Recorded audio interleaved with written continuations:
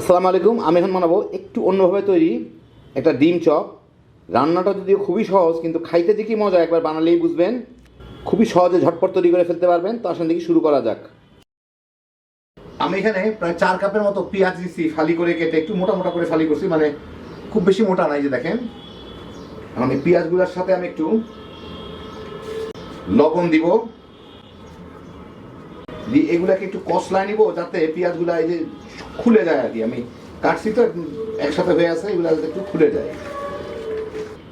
হ্যাঁ, মোটামুটি এবার পেঁয়াজগুলো ভালোই খুলে গেল, দেখেন আলাদা আলাদা হয়ে গেছে।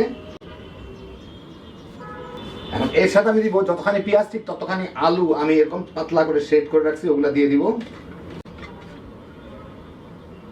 আলুগুলা কেটে এই মাত্র আমি ধুয়ে নিলাম। স্বাদ মতো মরিচের গুঁড়া দিব। যে কোনো কোম্পানির মাংসের মশলা কিংবা ম্যাজিক মশলা কিংবা ছোট ছোট প্যাকেটের একটা মশলা দিলেই হলো। আমি এখানে মাংসের মশলা দিচ্ছি 1 টেবিল চামচ। কাঁচামরিচ, ধনিয়া পাতা কুচি, আরেকটা জিনিস দিচ্ছি, এটার নাম হচ্ছে জৈন কিংবা আজওয়াইন।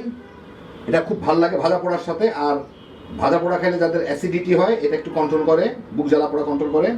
ওটা আমি নিয়ে নিছি, যে কোনো মুদির দোকানে পাবেন মশলা যারা বেচে তাদের কাছে। জৈন কিংবা আজওয়াইন, তার নাম জৈন অথবা আজওয়াইন, যাই হোক। এটা একটু ঘষে দিয়ে দিব আমি, খুব সুন্দর একটা ফ্লেভার আসে।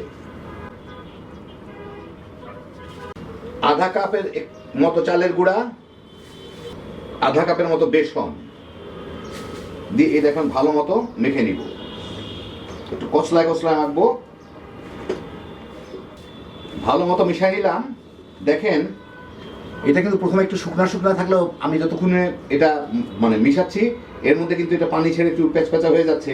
সেই জন্য এর মধ্যে ভুলেও পানি দিবেন না, কারণ এই সবজির পানিতেই, আলু আর পেঁয়াজের পানিতেই যাতে এটা মাখা হয়ে যায়। এটা কিন্তু আর পরে আরো পানি ছাড়বে, সেই জন্য এখন এটাকে আমি একটু ভালো মতো মেখে প্রায় 10 মিনিটের মতো রেখে দিব। তাহলে পেঁয়াজ আলু যথেষ্ট পরিমাণে পানি ছেড়ে দিবে, যেহেতু এর মধ্যে লবণ দেওয়া হয়েছে। 10 মিনিট রাখলাম। 10 মিনিট পরে এই দেখেন আমি কতগুলা ডিম সিদ্ধ করে এরকম ছোট ছোট করে কেটে নিছি, যে 4 ভাগ করে নিছি আর কি, সোজাসুজি কথা।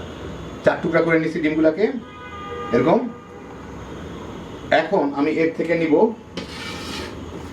আর একটু এটাকে একটু মিশাই নিই। এ দেখেন একটু পানি ছেড়ে আরো একটু প্যাচপ্যাচা হয়ে গেছে, কিন্তু খুব বেশি না কিন্তু। যাই হোক,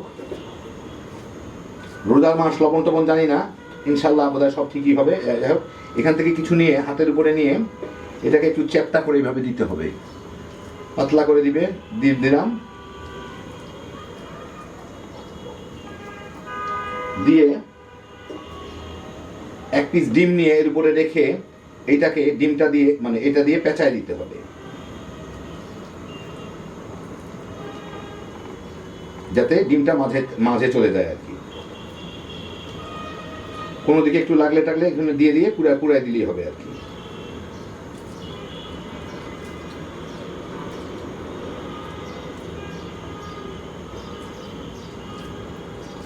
বাস, বাইরে হয়ে থাকলে কোনো অসুবিধা নাই। ডিমটা না, মানে আলু টালুগুলা, তাহলে এগুলো একটু মচমচা হয়ে ভাজা হবে, তাহলে ভালো লাগবে খাইতে।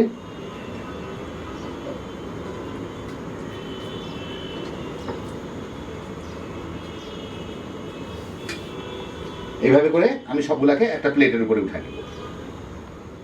আমি এখন একটা কড়াইয়ে কিছু তেল গরম করে নিচ্ছি। তেলটা হাই আর মিডিয়ামের মাঝামাঝি আছে। এটা কিন্তু ডুবা তেলে ভাজা হয় না, মানে একদম একদম পুরো ডুবা তেলে না, কিন্তু ডুবে গেলেও ক্ষতি নাই, শ্যালো ফ্রাই হয় অনেকটা আর কি বলতে পারেন।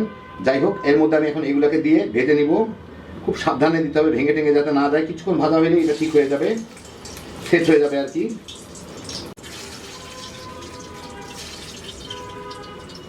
দেওয়ার সময় একটু খুলে টুলে দেওয়ার চেষ্টা করলে, একটু হাত দিয়ে আটকায় দিলেই হবে মোটামুটি ভাবে।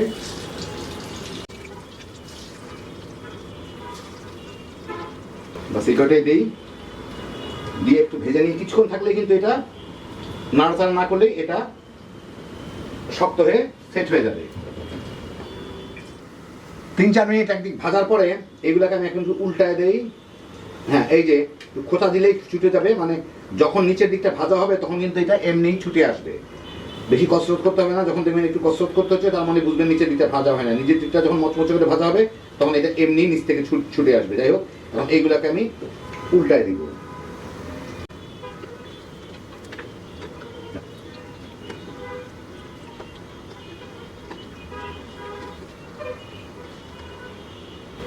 ওই পাশটাও সুন্দর বাদামি করে ভেজে নিব। ওই পাশটাও প্রায় মিনিট 5 ভাজলাম, মোটামুটি 10 মিনিটের মতো ভাজা হইল। এখন হয়ে গেছে, একটু ঘুরে দেখলেই হয়। এই যে দেখেন কি সুন্দর সুন্দর বাদামি করে ভাজা হয়ে গেছে। এখন আমি এগুলোকে একটা টিস্যুর উপরে তুলে নিব যাতে অতিরিক্ত তেলটা পড়ে যায়।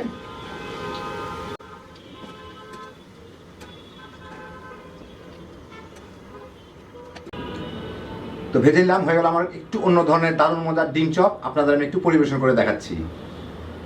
তো এই দেখেন হয়ে গেল আমার দারুণ মজার ডিম চপ। খুব সহজ রান্নাটা দেখলেন।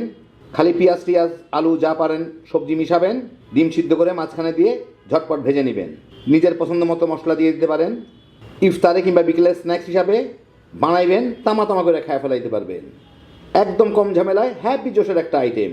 আল্লাহ আপনাদের সবাইকে ভালো রাখুন, সুস্থ রাখুন, নিরাপদ রাখুন। ইনশাল্লাহ বেঁচে থাকলে আবার দেখা হবে। ফি আমানিল্লাহ।